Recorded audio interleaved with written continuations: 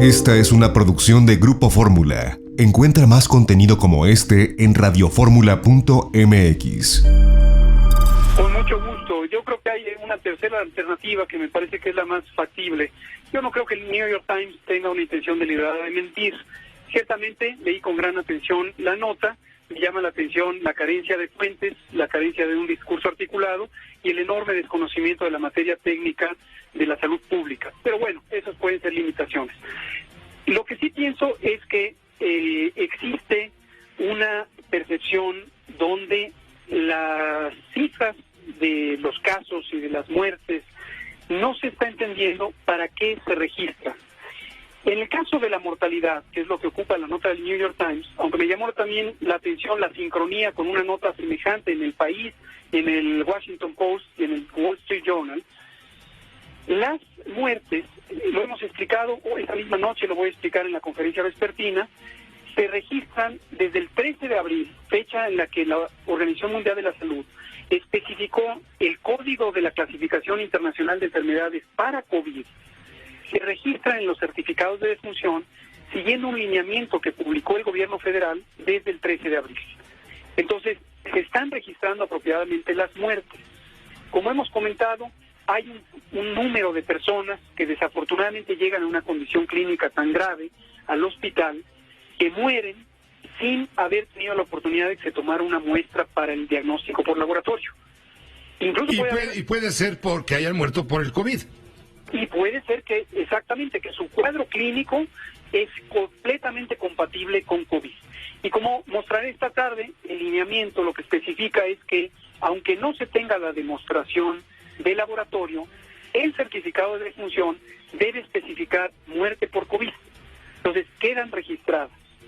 Ahora, el análisis de la magnitud de la mortalidad, cuántas personas finalmente mueren en una epidemia, en esta o en la pandemia de influenza 2009 o en las epidemias de cólera, esto generalmente está sujeto a un análisis posterior al evento agudo de la epidemia que requiere otro tipo de métodos, entre otras razones, porque la autoridad clasificadora de las muertes, que es el INEGI, tiene que tener un proceso de cuidadoso análisis y clasificación de los certificados de defunción. Pero entonces reconoce, doctor López-Gatell, que sí ha habido personas que han fallecido y cuya acta de defunción señala muerte, causa de muerte, está hablando de influenza, no de influenza, sino de neumonía atípica, y esos casos pueden ser entonces casos de coronavirus. Y estoy recibiendo aquí en este momento, doctor López-Gatell, aquí en la mesa, un tuitazo de David Lugnov,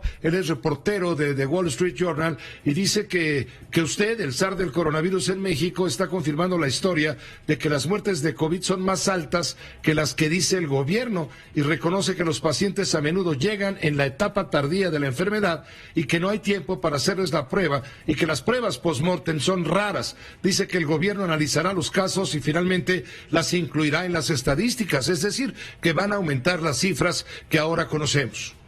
Creo que es un buen resumen de lo que venimos explicando desde hace varias semanas. Esto no es una noticia, esto no es un elemento nuevo.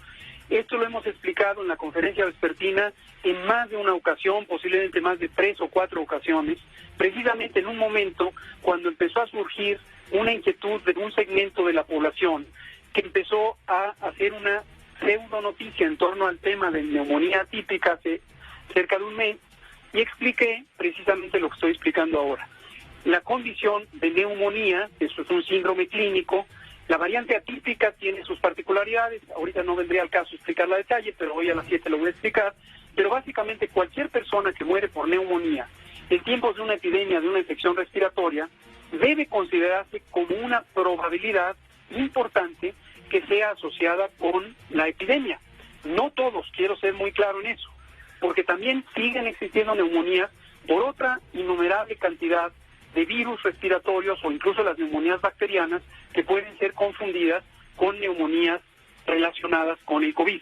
Entonces, por eso es que eso requiere un análisis cuidadoso, y en su momento, cuando tengamos ese análisis, que no va a ser en la fase aguda de la epidemia, lo informaremos con la misma transparencia que hemos estado informando todos nuestros métodos, nuestros resultados, nuestra estadística, que la podemos poner, además, siempre la ponemos al uso público, para que cualquiera que lo desee pueda hacer uso completo de todos los datos que hoy son públicos.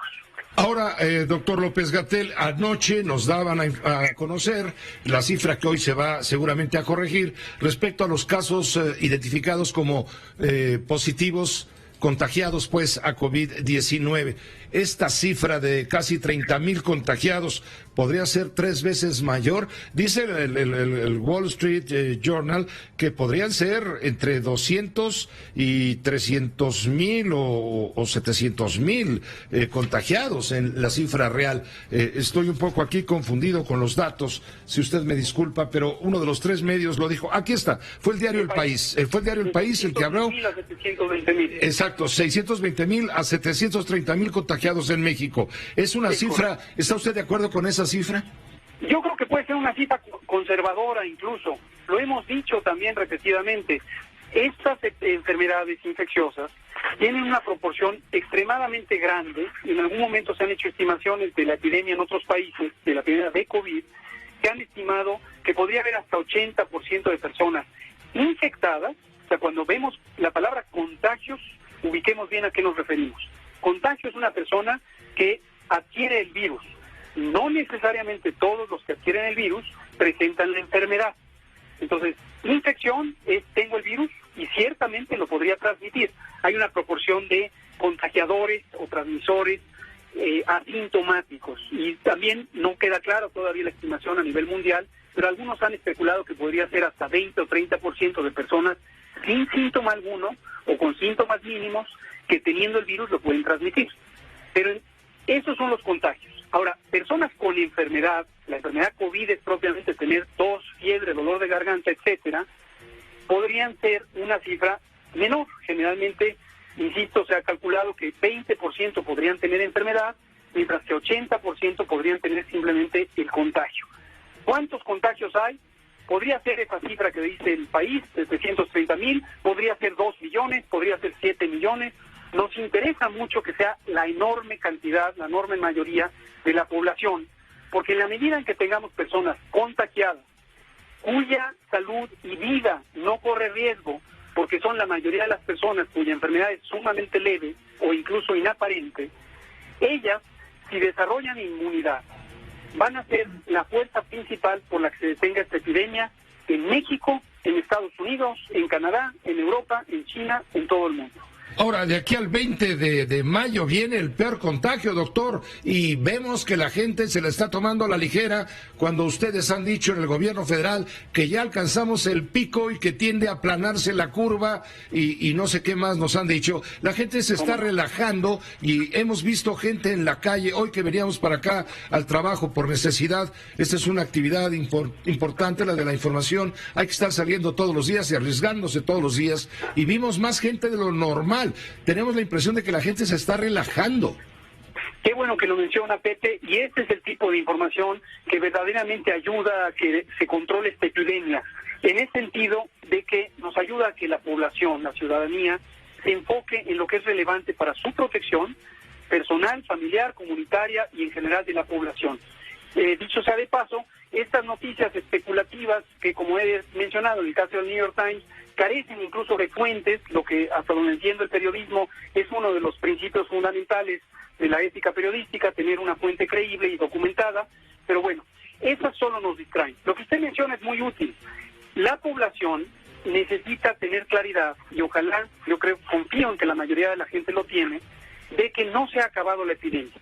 Cuando hemos dicho aplanar la curva, lo único que nos referimos es a que después de la Jornada Nacional de Sana Distancia, y gracias a ella, tenemos una epidemia que es la 4ª parte de lo que hubiera sido si no hubiéramos actuado. Y esa 4ª parte es la curva epidémica que estamos viviendo. En este momento nos acercamos prácticamente hoy, o ayer, o mañana, en un intervalo de algunos pocos días, al momento cumbre, al momento pico, en donde existe la mayor cantidad de aumento de casos por día. La predicción es que continuará ahora la epidemia y nos falta todavía la mitad de la epidemia porque falta la bajada. Y esta bajada, este descenso en el número diario de casos, se puede llevar varios días, incluso más días de lo que generalmente es la subida.